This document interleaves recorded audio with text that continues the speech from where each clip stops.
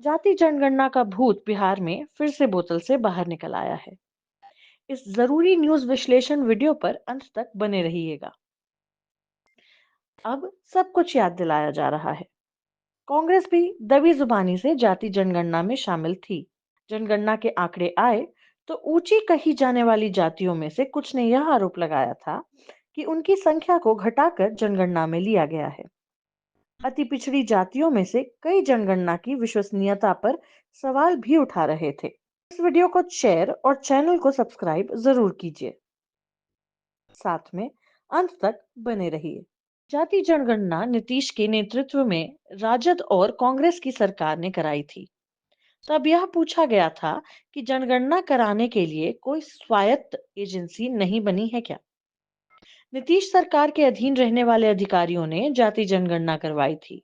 से यह संदेह था कि यह एक प्रामाणिक जनगणना नहीं होगी, परंतु आमतौर पर प्रदेश इसके लिए तैयार था कि जनगणना पूरी कर ली जाए और कमजोर तबकों को हिस्सेदारी का आकलन हो जाए। कमजोर जातियों के लिए कुल मिलाकर 15% ज्यादा सीट रिजर्व करने संबंधी कानून प्रस्ताव को नीतीश ने पारित कर लिया था, परंतु पटना हाई कोर्ट ने इस प्रस्ताव की वैधानिकता को संविधान के बुनियादी ढांचे के विरुद्ध मानते हुए रोक दिया था।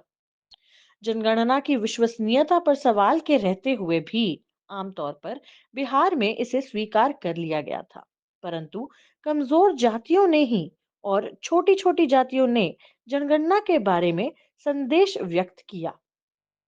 उच्च जातियों की जो थोड़ी बहुत उपस्थिति जनगणना से जाहिर हुई, यदि वह विश्वसनीय हुई रहती तो कुल मिलाकर प्रतिशत इससे अधिक होता।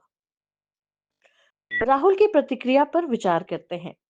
राहुल गांधी जाति जनगणना पर क्या कहना चाहते हैं और इसकी विश्वसनीयता पर उनका किस तरह का सवाल है, यह स्पष्ट नहीं हुआ।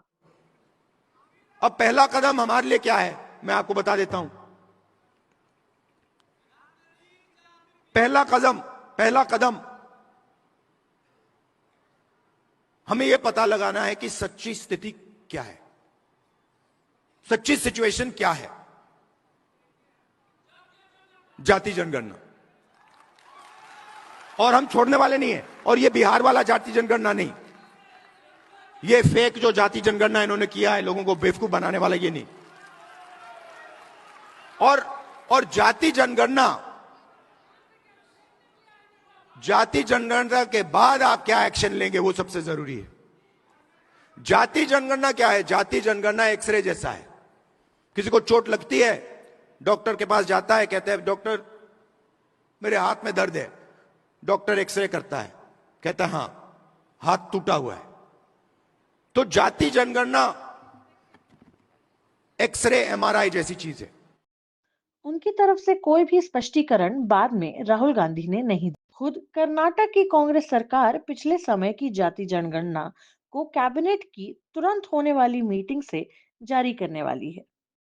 राहुल गांधी क्या यह कहने की स्थिति में हैं कि कर्नाटक का मॉडल मान्य होगा? पर न ही कांग्रेस ने, न ही बीजेपी ने या किसी राजनीतिक दल ने जाति जनगणना पर कभी कोई सवाल उठाया या किया है। विवेक संगत होकर और सामाजिक न्याय के पक्ष में खड़े रहकर यदि समझने की कोशिश की जाए तो राहुल गांधी की जल्दबाजी की प्रतिक्रिया को समझा जा सकता है। जनगणना आयोग जैसी संवैधानिक और स्वतंत्र संस्था द्वारा जनगणना कराई जानी चाहिए। राहुल गांधी ने बिहार के जाति जनगणना पर जो सवाल पूछा है, वह सवाल तो बनता है जिसे खुद बिहार के राजनीतिक दलों ने उदार रहकर नहीं उठाया। परंतु राहुल की प्रतिक्रिया से कुछ बातें समझ में नहीं आती। निश्चय ही राहुल स्टेट्समैन के रूप में बोलते हैं तो उनकी गंभीरता में लोग जुड़ते हैं।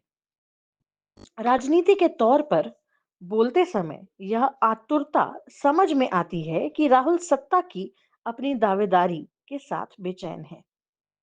एक दशक से कांग्रेस सत्ता से दूर है। सत्ता में जाने या कांग्रेस को सत्ता में पहुंचाने के लिए राहुल की बेचैनी भी स्वाभाविक है। राहुल के ऊपर की गई टिप्पणियों को भी एक एक कर सुनिए।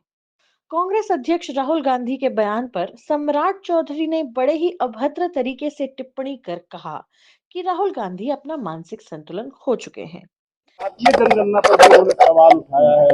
ये तो मैंने कहा कि मानसिक रूप से राहुल गांधी बीमार हो चुके हैं, उनको बिहार का विकास नहीं दिखाई देता और लंबे समय से बिहार में नीतीश कुमार जी काम कर रहे हैं, बिहार विकास की ओर आगे बढ़ रहा है। बीपीएफ के अभ्यर्थियों से मिला उनकी मुलाकात में बिहार में भ्रष्टाचार के मसले को भी प्रमुखता से राहुल गांधी ने इस तरह का भ्रष्टाचार उनको याद नहीं है। बोफोर्स उनको याद होना चाहिए कोयला,